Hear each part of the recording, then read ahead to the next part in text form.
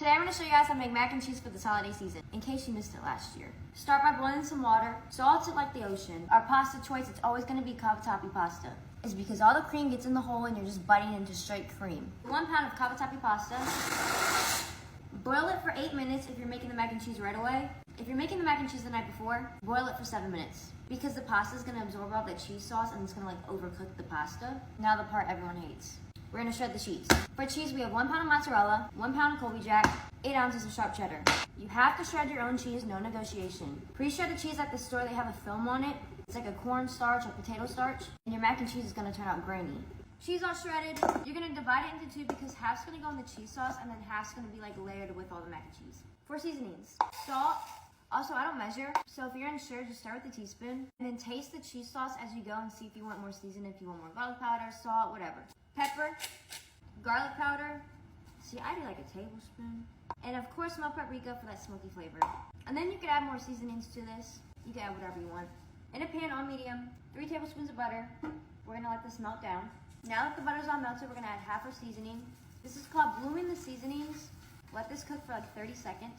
So now we're gonna add 3 tablespoons of flour. This is called a roux. Roux is anything fat and flour. We wanna make sure we cook this for 2 to 3 minutes. If your mac and cheese comes out grainy, this could be why.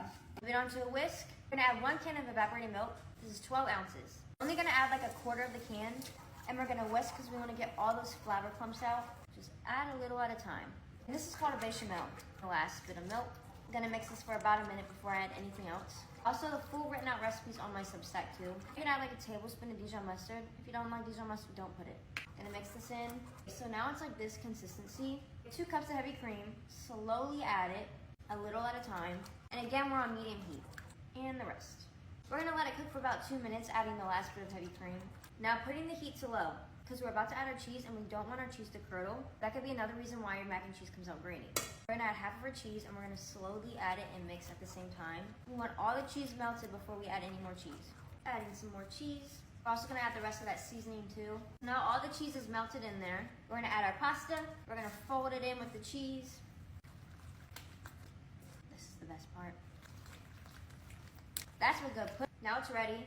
Taste the little noodle. See if you like the seasoning, see if you want to add more. Take a baking dish, so put half of your mac in there, layer your cheese, rest of the mac, and the rest of the cheese on top. Now in the oven at 350, about 25 to 30 minutes until all this cheese on top is melted, and then I like to broil it for 2 minutes. Look at that, beautiful. Ooh, ah. Ooh, ah, oh my gosh, it's still going. He's had this a million times, but he never gets tired of it. Hit the spot every time. Getting them right for Thanksgiving. This one breaks the scale. Infinite out of 10.